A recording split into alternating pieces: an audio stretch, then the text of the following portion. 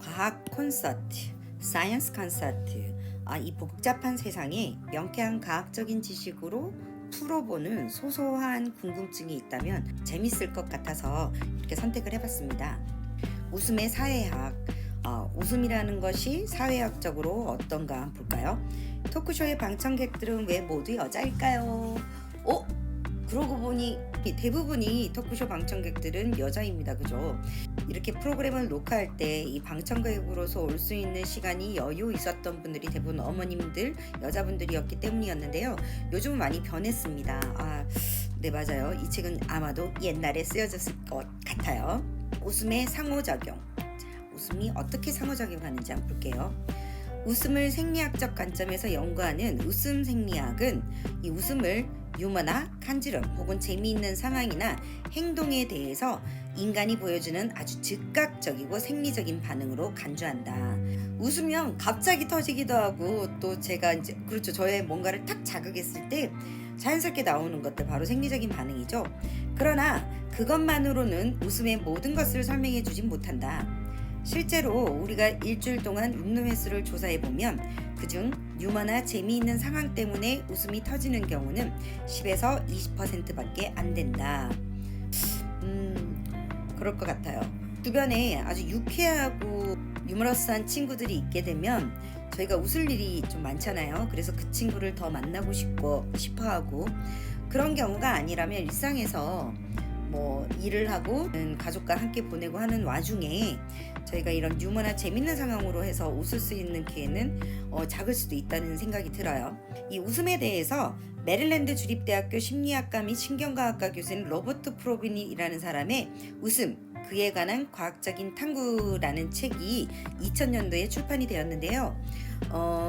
이 책은 지금까지 나온 웃음에 관한 책 중에서 가장 광범위한 주제들을 다루고 있으면서도 아주 체계적이고 과학적인 접근이 돋보이는 책으로 평가받고 있다고 해요. 웃음에 대해서 연구해보고 싶고 또 웃음을 파는 그런 셀러, 이제 앞으로는요, 이 웃음을 파는 사람도 돈을 벌 수 있을 것 같아요. 그런 꿈이 있으신 분들은 이 책을 사서 연구해보는 것도 굉장히 좋을 것 같습니다. 자, 이 책에서는요, 웃음은 그저 유머에 대한 생리적 반응이 아니라 인간관계를 돈독하게 해주는 사회적 신호라고 주장한다라고 했습니다. 아주 유쾌하고 유머러스한 친구가 있으면 그 친구 더 보고 싶고 또 그 친구로 인해서 제가 얻는 시너지도 있기 때문에 굉장히 친해지고 싶은 그런 느낌이 드는데 바로 이런 사회적인 신호를 그렇게 일컫는 게 아닌가 싶습니다. 자, 이렇게 주장하는 데 몇 가지 근거가 있는데요. 첫 번째, 주립대학교 광장과 거리에서 웃고 떠드는 사람들 1200명에 대한 내용을 분석해 봤더니 진짜 재밌는 이야기 때문에 웃는 경우는 작은데 오히려 그동안 어디 있었니? 야, 만나서 반갑다 라는 등의 일상적인 대화를 나눌 때가 가장 많이 웃는다는 것입니다. 아주 큰 웃음이 터진 대화들을 분석해봐도 그다지 포복절도할 내용은 아니었다고 해요. 게다가 농담을 듣는 사람보다는 농담을 하는 사람이 1.5배 이상 더 많이 웃는다는 사실도 발견했습니다. 그거 저 공감해요. 왜냐하면 제가 웃기려면 저도 웃음을 띠고 막 긍정적으로 보여야 되잖아요. 공감합니다. 결국엔 친밀감이나 호감을 느끼는 상대와 대화를 나누는 것 자체가 즐거워서 웃는 것이지 농담을 꼭 주고받아야만 웃음이 넘치는 건 아니라는 것이다. 재미있는 TV 프로그램이나 코미디 영화를 혼자 볼 때와 여럿이 함께 볼 때의 빈도가 어떻게 달라지는지 알아본 거예요. 놀랍게도 아니죠, 이젠 당연하게도 여럿이서 함께 영화를 볼 때 무려 30배나 더 많은 웃음이 터져나왔다고 합니다. 맞아요.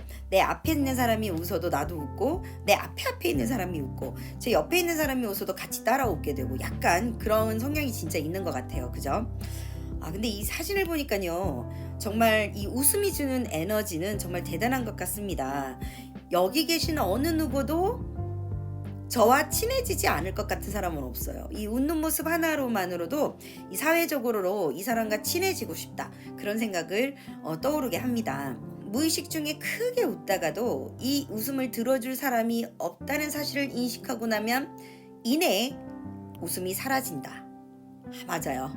그래서 이 웃음이 인간관계를 위한 사회적인 신호라는 사실은 웃음의 성격이나 빈도가 이성과 함께 있느냐 동성과 함께 있느냐에 따라서 달라진다는 데에서도 확인할 수 있다.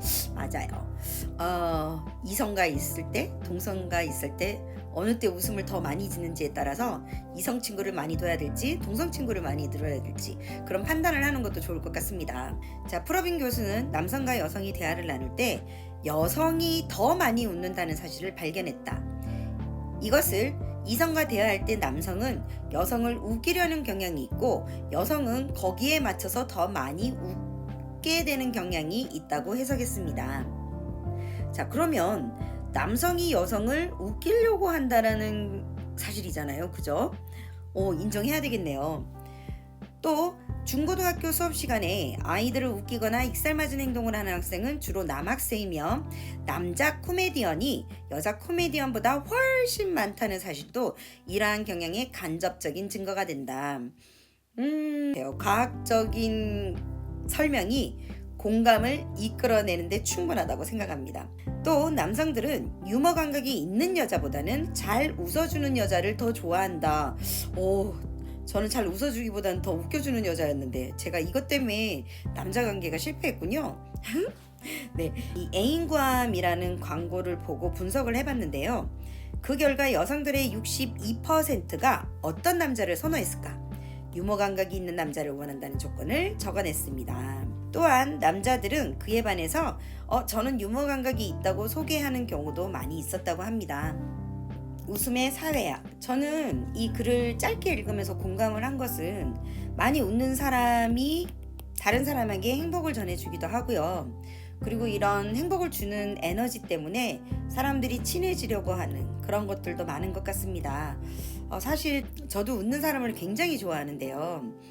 잘 웃기는 사람들은 누구에나 인기가 좋기 때문에 이렇게 웃기는 사람하고 절친이 될 수는 없었지만 사실은 많이 웃는 편이었기 때문에 주변에 상담을 하거나 이렇게 밝은 기운을 얻기 위해서 찾아오는 사람들은 굉장히 많았습니다. 그러다 보니 저는 저에게도 웃음을 주는 사람들이 좀 많았으면 좋겠다라는 생각을 했는데 오히려 제가 늘 주는 입장이 되다 보니까 가끔은 좀 상실감도 들기도 했었어요. 그래서 이런 사람은 없을까? 나에게는 웃음을 주고 나의 고민을 해결해 줄 사람은 없을까? 갈망하던 찰나에 여러분 그거 아세요?